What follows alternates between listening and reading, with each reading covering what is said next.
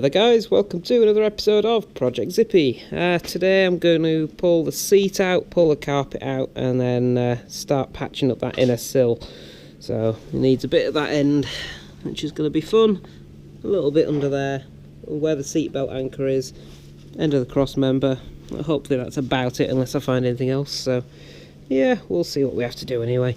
So first we'll start taking some interior bits out so we don't set fire to it. That'll be a bit of a disaster. So let's start doing that, shall we?